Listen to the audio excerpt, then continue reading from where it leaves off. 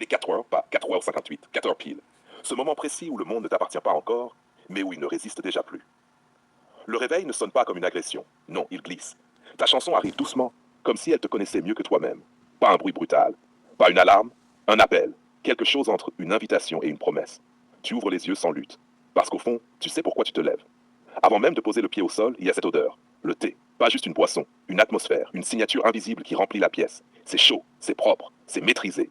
Comme si ton environnement t'envoyait un message clair. Ici, rien n'est laissé au hasard.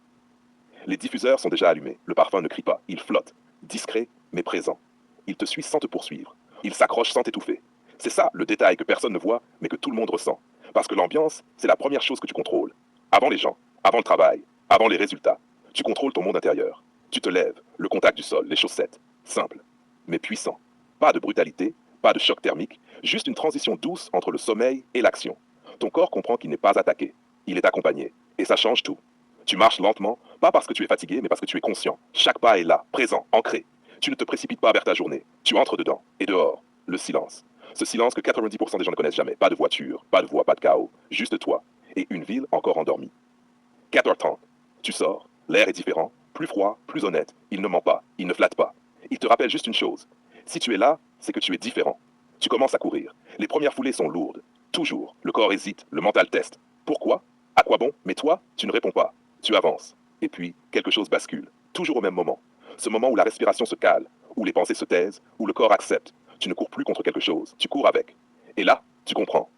Pourquoi tu fais ça? Pas pour le sport, pas pour la performance, mais pour cet état. Parce que pendant que les autres dorment, toi, tu construis. Pas seulement un corps, mais une discipline. Pas seulement une routine, mais une identité.